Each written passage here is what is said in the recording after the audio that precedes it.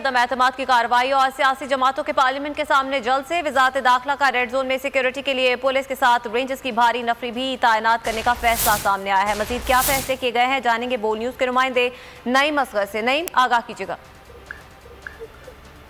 जी बिल्कुल, हुकूमत में अहम जो चीज़ें हैं वो होने जा रही हैं, अहम इवेंट्स होने जा रहे हैं। 23 मार्च है और OIC का इजलास भी है।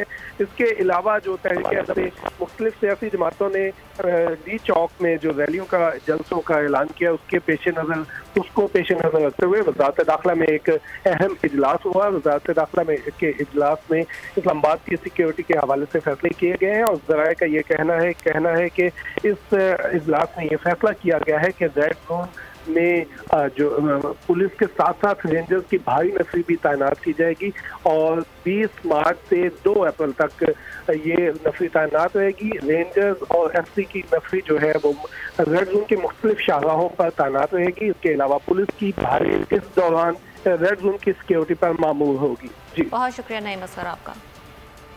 काफ लीग पंजाब के चंद अजला की मुस्लिम नून GT रोड की और पीपल्स पार्टी अंदरून सिंध की पार्टी है। वफाकी वजीर असद उमर ने इमरान खान को पाकिस्तान की ज़रूरत करार दे दिया। कहा पाकिस्तान तहरीक इंसाफ खैबर से कराची मुल्क भर के लोगों की पार्टी है।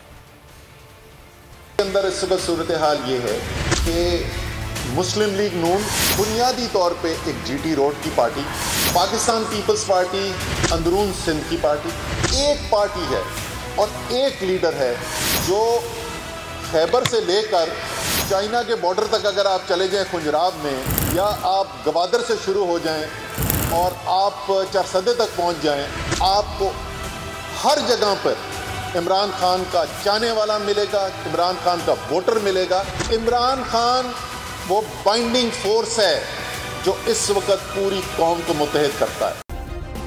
सब्सक्राइब करें और बेल दबाएं ताकि कोई खबर रह न जाए।